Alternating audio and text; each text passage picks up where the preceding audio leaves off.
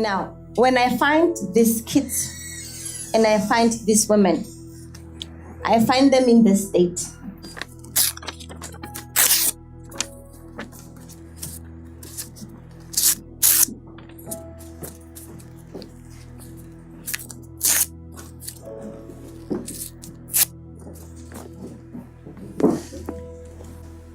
Imagine this is you. You've just been raped, or you've just been abused, and you're torn into pieces and just thrown away and left for dead. That's how I find, I wouldn't say most of them, but I say all of them. And after I get this life, I need to take solar tape? Sticky tape. Sticky tape. It's a procedure, it's a process. We try to put the pieces together. Small by small, bit by bit, biggie, small, ne? At the end of the day, that child's life or that woman's life, ne? Is not going to be like this 100%, ne? It will be intact, but there'll be a lot of scars. Like, if you go for operation, and they put the operation, the stitches, you'll always be have scars after the procedure. So that is the kind of victims that I have. When I founded the organization, apart from my own personal story, there was a child, around about 8, 9, who was brutally raped by 5 men. And then I was still starting. I didn't have a lot of resources, and that child, needless to say, was infected with HIV. And I worked with that child, I said, you know what? I failed this child because now she has HIV. But I don't want this child to lose her life. Today I'm happy because she's in grade 11. Grade 11? Sorry, year 11. Yeah, you? Year 11. Yes, year 11. And she's doing good, And although she's taking the ARVs, but she's gone back to school. And she's more strong, because she's able to enjoy anything. And the best part about it is that when she needed somebody, Lebo was there. I was with her 24/7, holding her hand, saying, you know what? If there must be anything wrong that will happen, it will happen, but not in my name. And this thing of try is the best.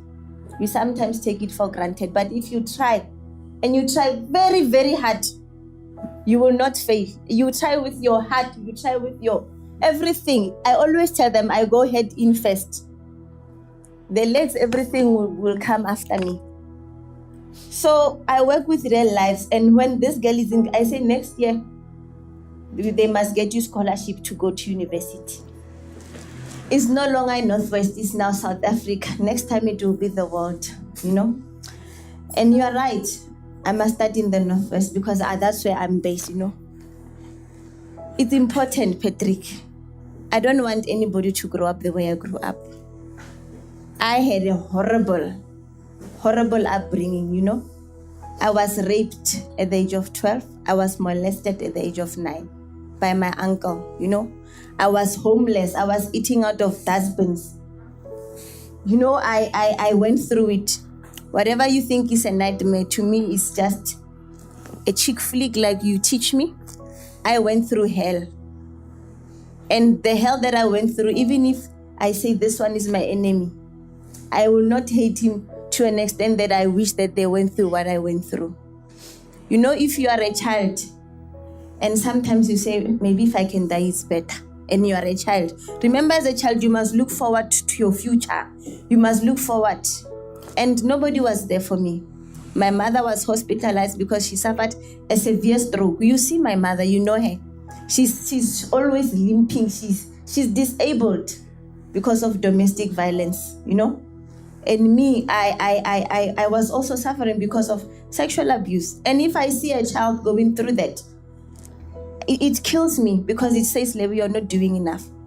So I don't want to give a long description of what I went through, but the short and the long of it is I went through hell. As a child, as a teenager, and also as a young woman. It's only now that I start to enjoy my life at my age. But from the time I was still small, I forgot to tell you this. Me, I'm a premature. My mother gave birth to me when she was 6 months pregnant. They had to take me out. Otherwise, I would have died because my mother was having a lot of bruises. You know why I put on the weaves? Because I want to hide the scars on my head. Because I was a victim while I was still in my mother's stomach. So I don't want any child, black or white, to ever, yeah, maybe when I'm dead, they can go through it. But I don't think they'll go through it because why? There are other soldiers like myself that I'm training to say, even if I'm not here, the struggle continues. Yes, we've overcome apartheid, but this is a fight that as a nation, as the world, we need to all stand up together and say, enough is enough. So that's why I do what I do. And I will never stop because abuse is me. It's in my blood. I live it. I speak it. Even if I go to the clubs, we get in, we say we don't talk about work. 5 minutes down the line, the crisis center, because it's me. I'm a product of domestic violence. When you talk sexual abuse, you talk rape, you talk me. And you cannot finish a sentence without mentioning my name because that's who I am. Us as Africans, we differ like some of you or most of you here. But remember this thing of white and black, here I don't see it. But where I come from, it's there. Everything before you can even get to the root of the problem. Somewhere or some way, there's race, there's color, So most of us, because I was fortunate to be part of the second group, then we all ask ourselves, hey, most of us here, we are raised by single parents. What is this white man doing here in our country? He says he wants to train us. And the training is working. We're giving each other feedback before we give him the feedback. Do you think he'll survive? Do we need him? Then we realize, what? Spark and YGAP are actually the absent fathers that we never had. Most of the change makers from South Africa, I don't want to talk about the other countries. We were raised by single mothers. 10 to 1, we've all experienced abuse, And there's many of us like that. So I think that's the one thing that YGAP and Spark never realized, that the most of us are raised either by a mother who is a domestic worker, or one or two you used to stay in the shacks. So we all do it with the heart. It's not only me, there's many of us. If I start counting, there's many of us.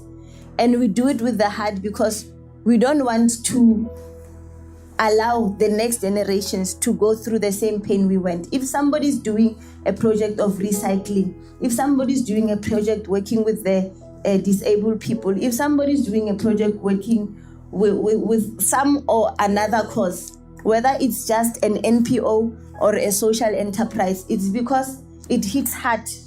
It hits here in the heart, So YGAP, I want to commend you to say you are that father that we've always didn't have in our lives. So I plead to all of you that if there's a project that you are passionate about and YGAP has it, and it is from Africa, especially from Africa. I know you can kick me out, but I'm advocating for my people here. Support it. And I know none of them will disappoint. They never disappoint because we need the help. And once you get the help, you want to keep that supporting system because we don't have it. Our country, maybe it will come around, but now they are not so much, They have their own priorities. Thank you.